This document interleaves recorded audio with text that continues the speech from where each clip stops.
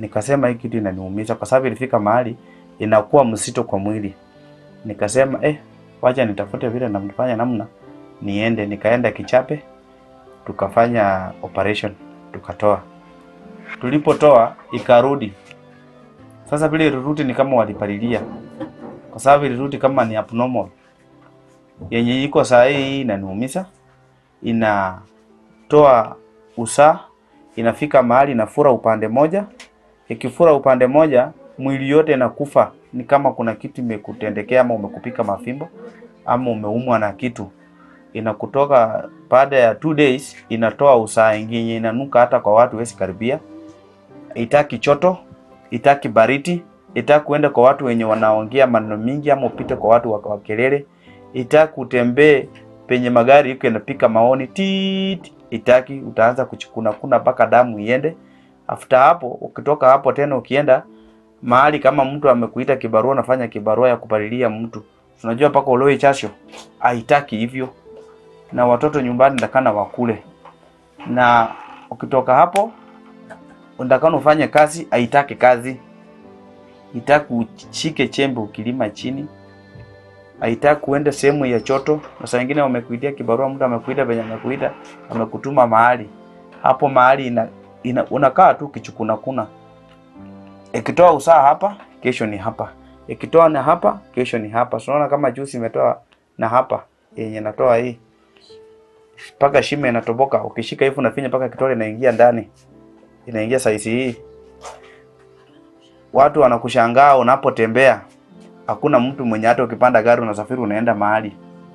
Ukienda safari kwa gari, inafika mahali inalipuka. Ikilipuka inatoa usaa. Sasa ile inatoa usaa. Watu kwa gari kila mtu anashangaa na kuangalia.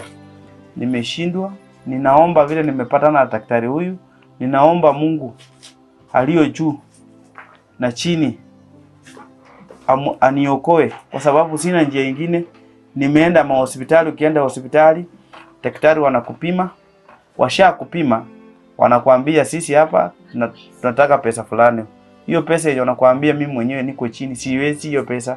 Wanakuambia kama 1200, na after hapo hiyo pesa wewe una.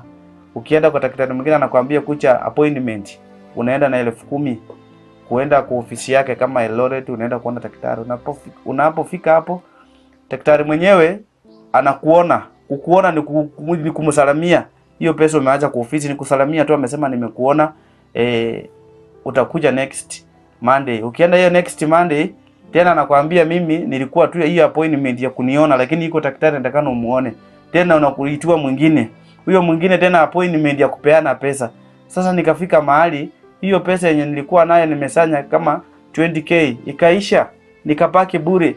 Hata watoto wangu wanalala njaa, sina chochote. Mimi imenishinda paka maisha imenishinda paka nashindwa niende wapi. Hakuna penye nimeshindwa paka hata sina hata ya kukula. Maisha imenipeleka paka mwisho.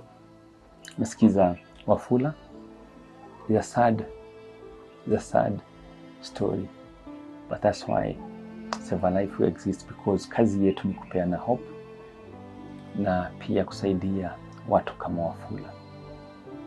Najua the next time you are coming back here, we are coming back to celebrate the doings of the Lord. Na huyu ndio bibi ya Wafula, na ananiambia amepitia changamoto. Hiyo kunuka unasikia nanuka. Hiyo familia pia familia yake inamwambia, hey, uliamua kukaa na huyu jamaa because alimpata na keloids ile safari ya kwanza. Wakakuwa na yeye ndakafanywa surgery, inarudi inazidi pia kwa kubwa zaidi. So yeye anaelewa zile challenges Wafula anapitia. Habari yako? Nzuri. Jina? Naitwa Joylin Chepkorir. Joylin. Niambie zile, umesema Joylin Chepkorir. Niambie zile shida, challenges unapitia na mume wako. Challenges siko. Kitu ya kwanza, hii keloid ni kitu sumbua. ile raundi ya kwanza haikuwa imekubwa kubwa zaidi, but all of a sudden tukapata madaktari kasema inatolewa. Mimi mwenyewe nikaenda kwa admit Mr. Robert kule. Mimi ndio nilikuwa namchunga wakati alienda akafanywa surgery. Na tukatoka.